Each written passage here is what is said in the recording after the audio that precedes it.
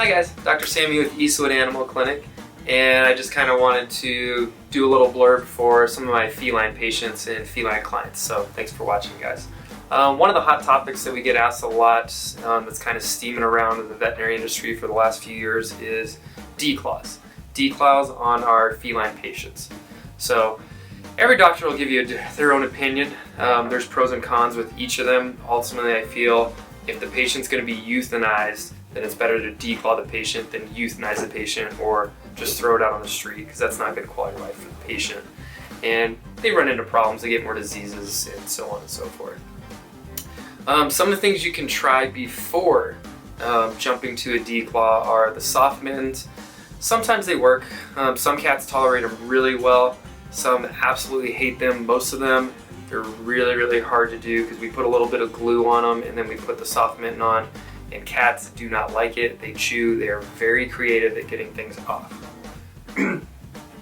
Another one is just staying on top of, your nail trims, bringing them in, getting used to the clinic, and just getting the nail trims, or you can do it at home. Some owners are uncomfortable with the actual trimming of the nail, and then you can try them with the Dremel.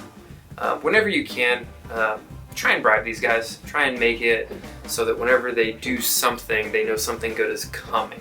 So aka you force them to do the Dremel or the nail trim.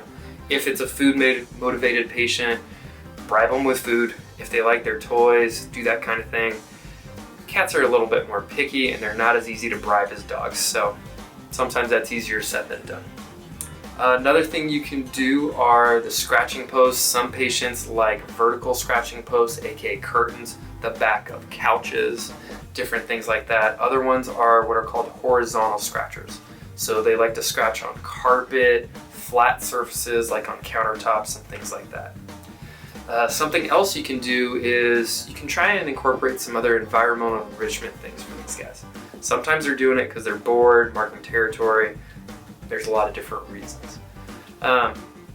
Just YouTube it, Google it. There's a lot of different ways to do the environmental enrichment. You can get some of their food, if they're food motivated, put it in a little tissue or something and hide it around the house so that they actually have to go through that predator-prey relationship and they're actually hunting for their food.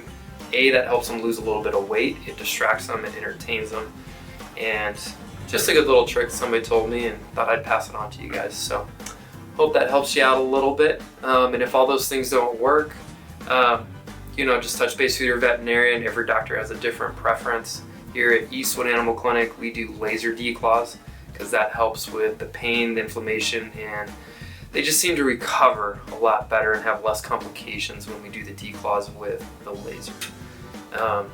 So if you guys have any questions on anything like that, let us know and we'll do the best we can to help you out.